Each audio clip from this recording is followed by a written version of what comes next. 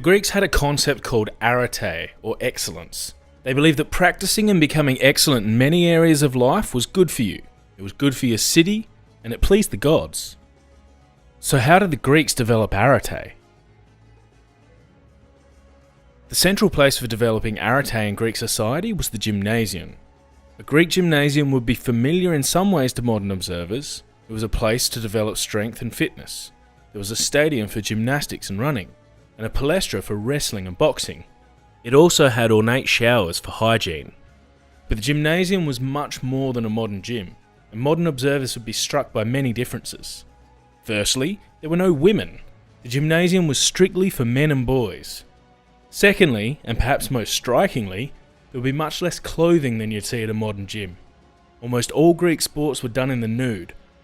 Like the gods they looked up to, the Greeks strived for the perfect body and loved to display their fitness and physique as a measure of arete.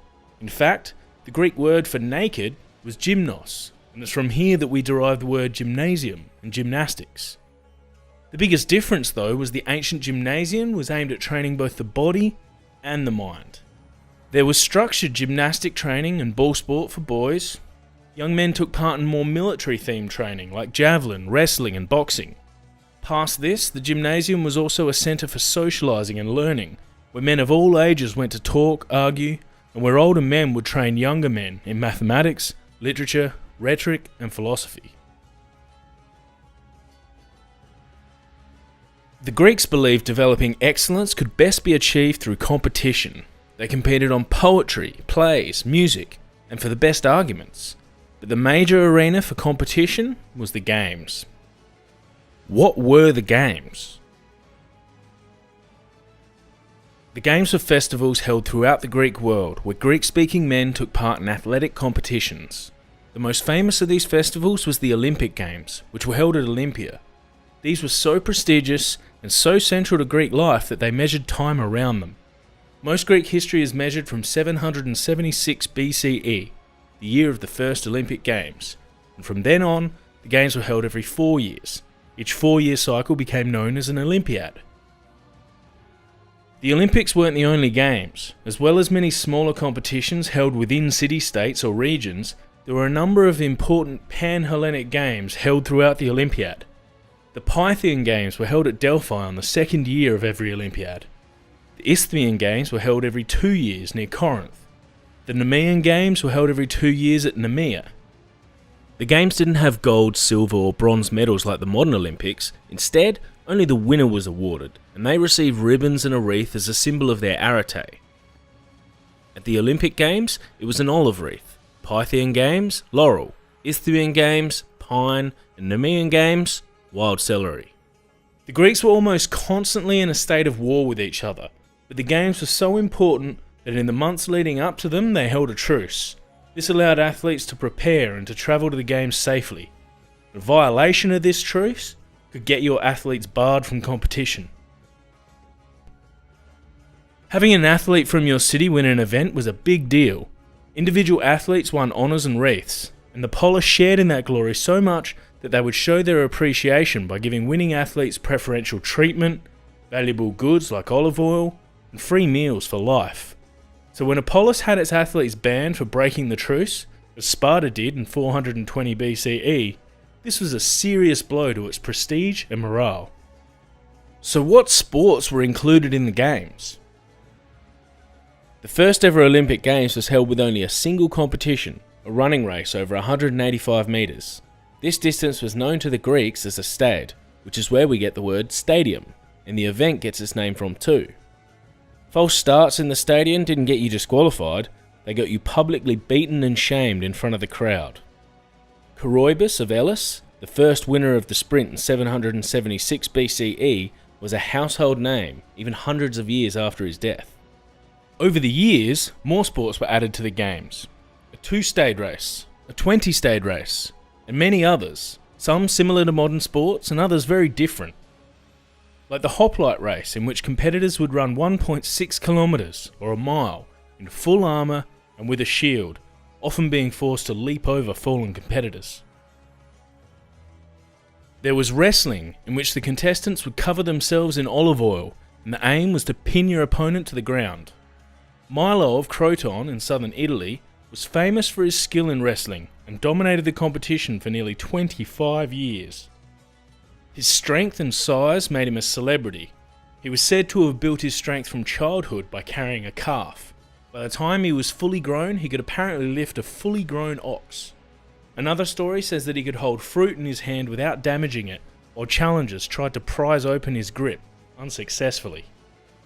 His appetite was huge, and he commanded so much respect that wrestling competitors even surrendered before starting.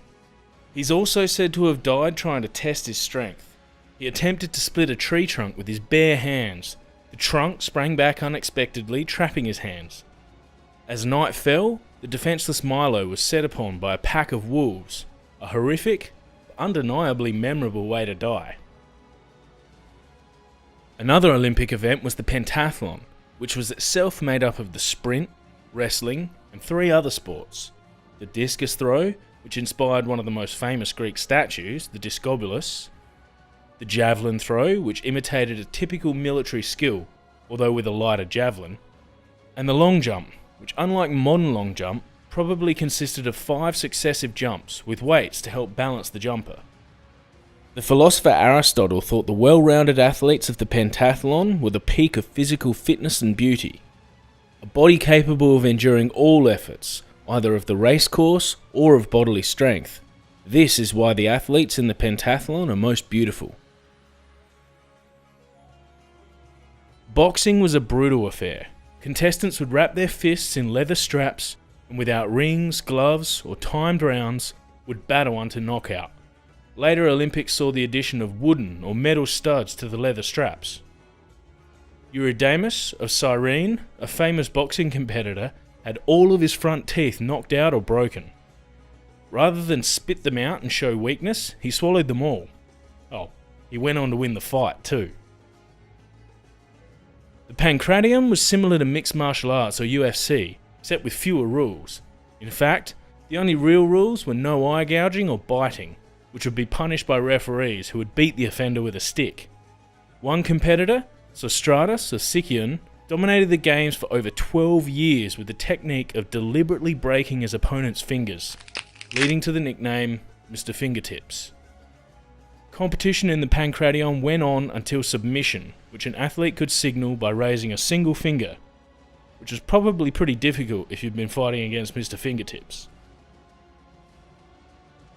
The most spectacular and glamorous sport, though, were the chariot races. 2 or 4 horse charioteers would race around a tight course.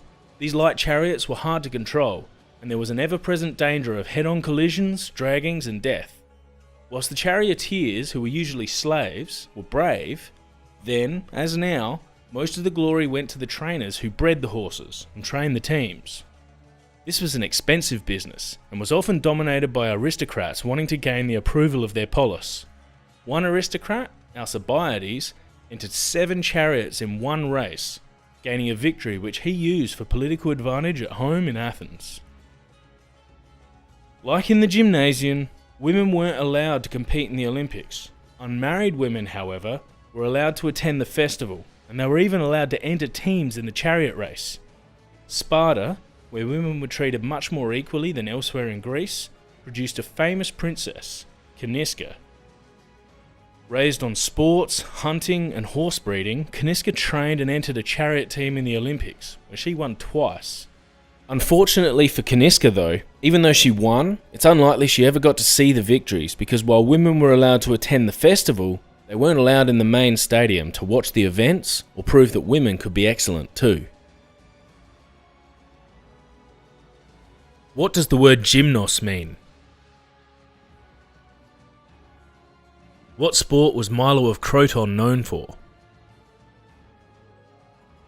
Which sport did Aristotle think had the best or most beautiful athletes? In which sport would you find a competitor named Mr. Fingertips? Why was chariot racing dominated by aristocrats?